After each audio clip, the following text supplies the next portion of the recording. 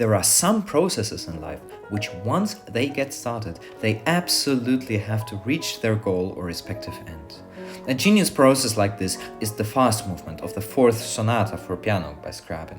It's a never-ending journey towards ecstasy, becoming ever faster and ever more virtuoso.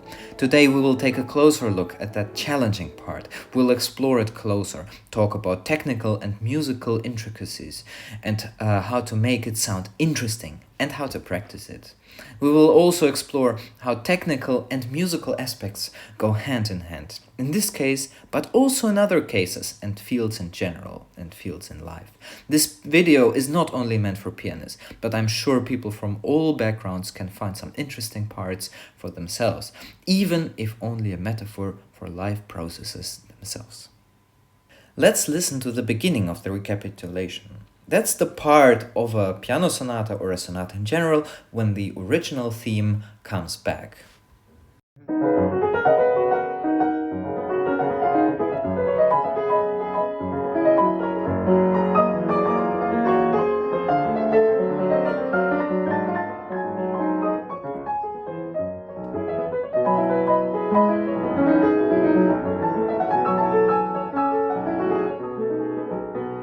A widely accepted way to practice a difficult passage on the piano, or any other instrument for that matter, is to practice it slowly.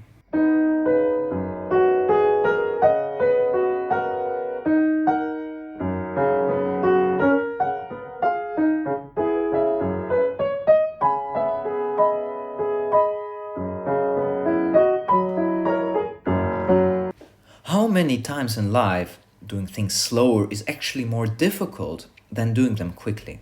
It's like looking at certain processes in slow motion. It's always amazing when you see something in slow motion, because you will notice processes you've never noticed before. As music is a form of art that takes place in time, we can literally stretch or contract the dimension of time. Now that we are stretching time, we can also explore polyphonic elements. Polyphonic means several voices at the same time. So let's hear the theme and then hear how there are top notes giving an extra color to the theme. It's like an echo traveling back in time.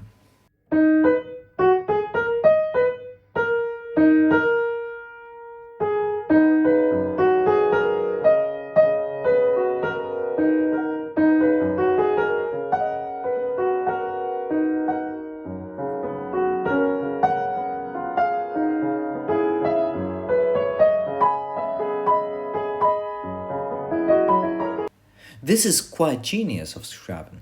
It's like time traveling on a macro level.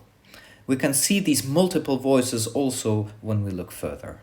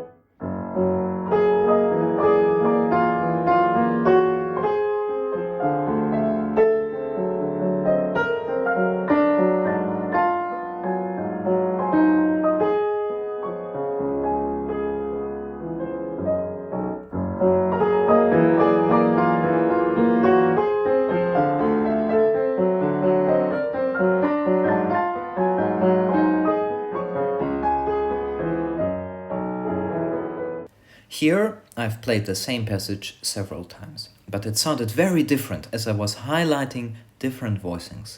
So what is important for you? All people have a free choice where to place their attention. As you can probably guess, that is true not only for performing music. In the part following, we can, for example, place our attention on the top voice.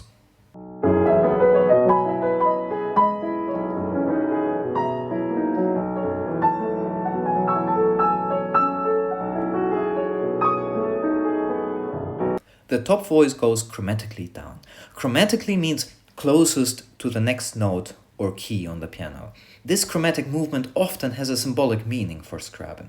It's often connected to something seductive. The part that follows is quite annoying from a technical perspective. Here, the physical shaping of the hand is very important. Our hand already anticipates the chord while it's still in the air. Let's hear how that sounds when it's played quickly.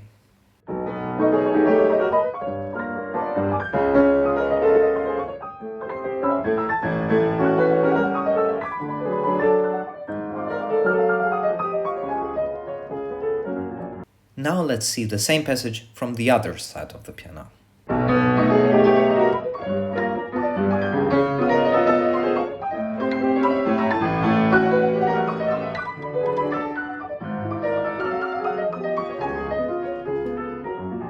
Now let's see the same thing more slowly, how the hand is shaped while it's still in the air.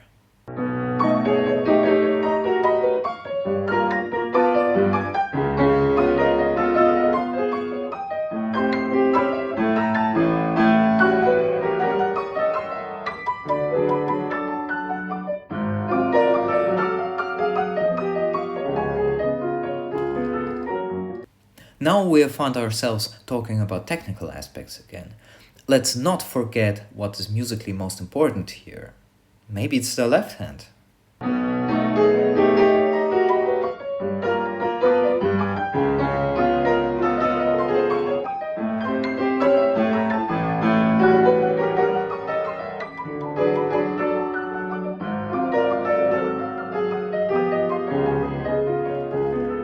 You could also mix it up a little bit.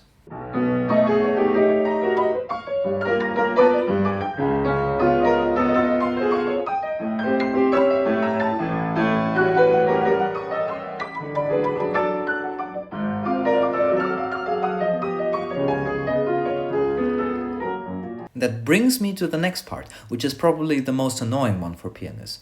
This part I found it's more difficult to play slowly than to play quickly. Let's first hear the slow version.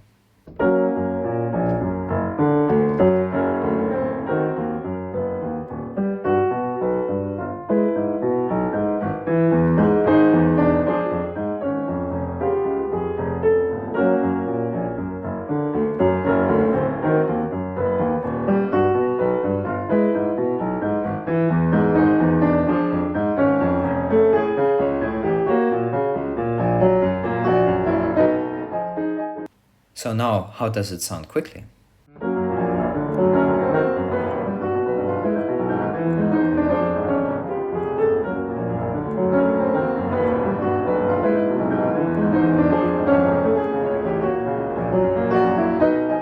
The best way to practice this is definitely slowly, but practicing only slowly is not enough. We need to engage our imagination, our emotional intellect. In this case, it's advisable to practice the left hand like it would be the most important melody.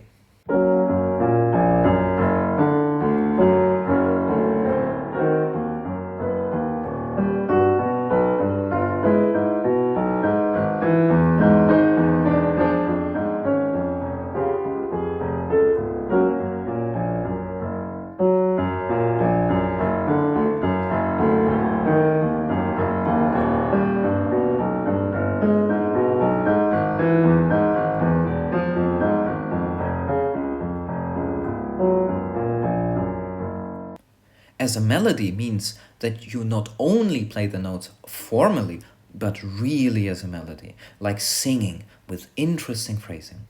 Of course, we know that at some point everything has to fit back into context.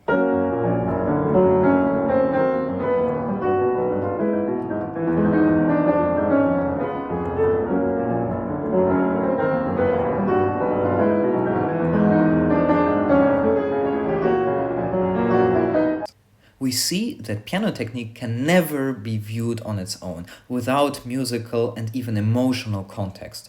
I saw in my life many even very important professors make that mistake. They focus solely on the technique of their students, but the end result is musically absolutely meaningless, unfortunately. So let's try to change that. And think about it, all what we have discovered now doesn't apply exclusively for piano. It applies to virtually every part of life. as everything is very much tightly interconnected.